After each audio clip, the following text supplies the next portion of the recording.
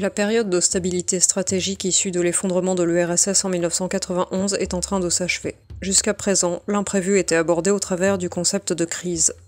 L'idée implicite sous-tendant le concept de crise suppose qu'une fois l'événement perturbateur passé, les choses retournent à la normale. Cependant, l'évolution du contexte géopolitique actuel, caractérisé par une succession de crises aux conséquences croissantes et une dégradation systémique de l'ordre international, remet en question cette perspective. Des exemples abondent, tels que la prolongation de la guerre en Ukraine, les chantages nucléaires, la fragilisation de l'architecture de sécurité européenne, retrait russe de certains traités en novembre 2023, le blocage du Conseil de sécurité de l'ONU depuis 2011, la détérioration de la sécurité en Afrique, les conflits au Proche-Orient, les migrations massives et les perturbations climatiques. Ce constat souligne la nécessité d'adopter une nouvelle approche conceptuelle. Plutôt qu'une simple adaptation de nos organisations, une transformation profonde s'impose pour permettre une action stratégique efficace dans un monde volatile et incertain.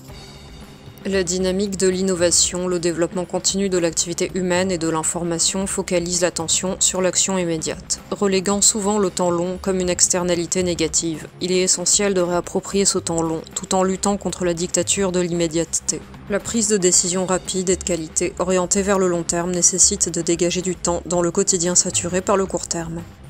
Pour cela, il faut instaurer une urgence du temps long en évitant le report de décision et en mettant une forte pression temporelle sur les choix stratégiques. Il est crucial de lutter contre la comitologie, qui dilue la prise de décision dans le temps. Instituer une urgence du temps long exige la création d'équipes pluridisciplinaires capables de traiter simultanément plusieurs axes, plutôt que d'adopter l'approche séquentielle traditionnelle.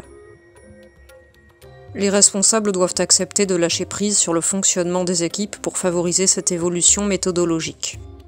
La complexité croissante, amplifiée par le numérique, crée un sentiment d'étouffement décisionnel. Les démarches de simplification sont devenues des travaux de Sisyphe. Plutôt que de chercher à simplifier, il faut considérer la complexité comme une donnée d'entrée et trouver des opportunités nouvelles.